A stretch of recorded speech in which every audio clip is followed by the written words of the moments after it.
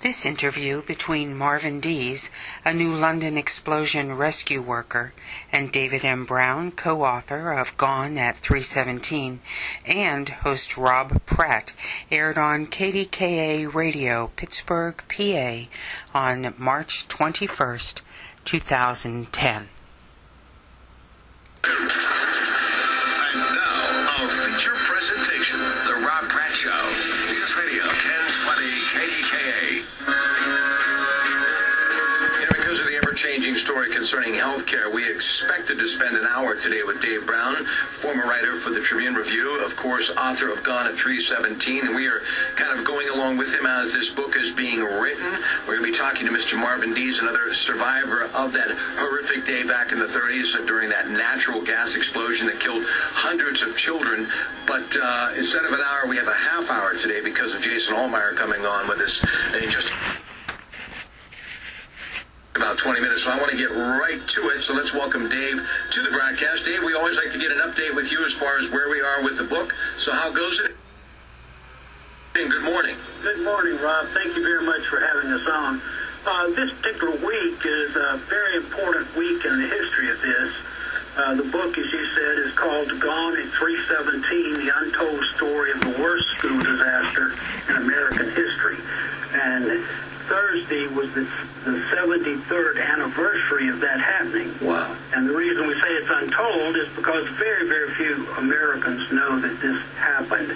Yet it's had tremendous impact on our society and how we manage our schools.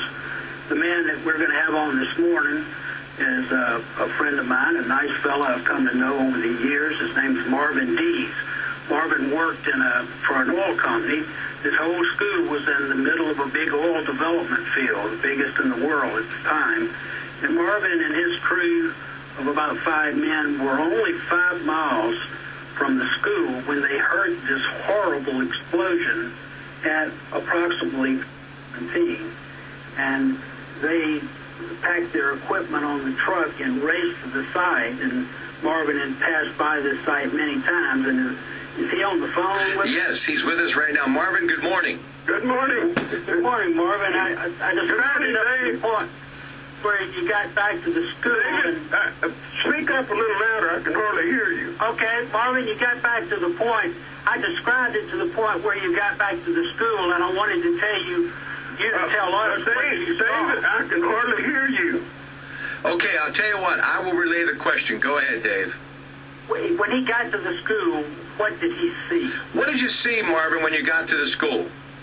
Just a lot of rubble and a lot of people screaming and, weeping and a lot of chaos. Go ahead, Dave. And how they jumped off their truck and started doing whatever they could, but eventually they got organized into groups, Marvin was telling me. How did they bring order out of that chaos to be able to clear that debris off those children? How did you guys get some sort of order to be able to kind of get the debris straightened out and get some of the children out of the debris? What did you do immediately to try to get some calm to the situation, Marvin? It took a while to get a little organized in groups, and we more or less worked in groups. And we first started just picking up debris and looking around and trying to do what we could, and then we finally got a little organized, and it so happened that a truckload of baskets were available. They were coming through that area with a truck of baskets, and they stopped, and of course someone thought about using the baskets and forming a basket brigade, we called it. Mm-hmm. 2 lines of men facing each other about 3 feet apart, and we were at the one end out in the pile of the debris.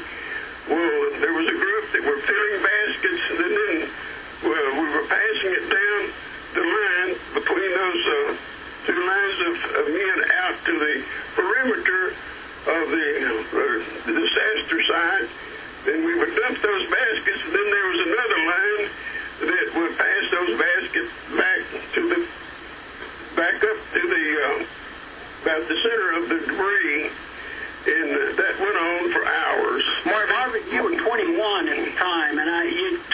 nothing had ever prepared you for that, and it just gave you a sickening feeling. You sort of stayed nauseated the whole time. Marvin, was it a sickening feeling, as Dave mentioned? Were you nauseated? Did you expect to find a lot more victims? It was a sickening, yes. I mean, we just could not realize what had happened because we had all been by the school many times before, a beautiful campus, and we just could not believe our eyes what we saw. Had you ever seen a violent death like this before? I mean, you were, 22 at the time. Had you ever seen anything quite like this? I was 21 at the time, and I had never seen anything like that. We were just not ready to see something like that. Did you know any of the children, Marvin? Yes, I knew one very well. Who was that? Albert Box. Mm-hmm. He lost a leg in the disaster, and I knew him well because his brother and I were friends, and I visited his home several times. If I could break in here with a sideline, Marvin Dees is a major character in the book 317, which we're writing because of his role in the recovery. Now, Albert Box is also a character because of the fascinating story. Albert's an example of survival. He survived against all odds. A little romance in it, he fell in love with this nurse. In the hospital, they married and were happily married for 40-something years. Wow. Before they both passed away. But Albert was quite a character and quite determined to live, even though they had to amputate his leg. And Marvin had been friends with him and had Albert in his home. He knew him well. So it was all a very local thing to people who were there, bringing these people out for nearly 24 hours. And we're fortunate to have Mr. Dees on because he's the last known living person to have participated fully in the recovery measures.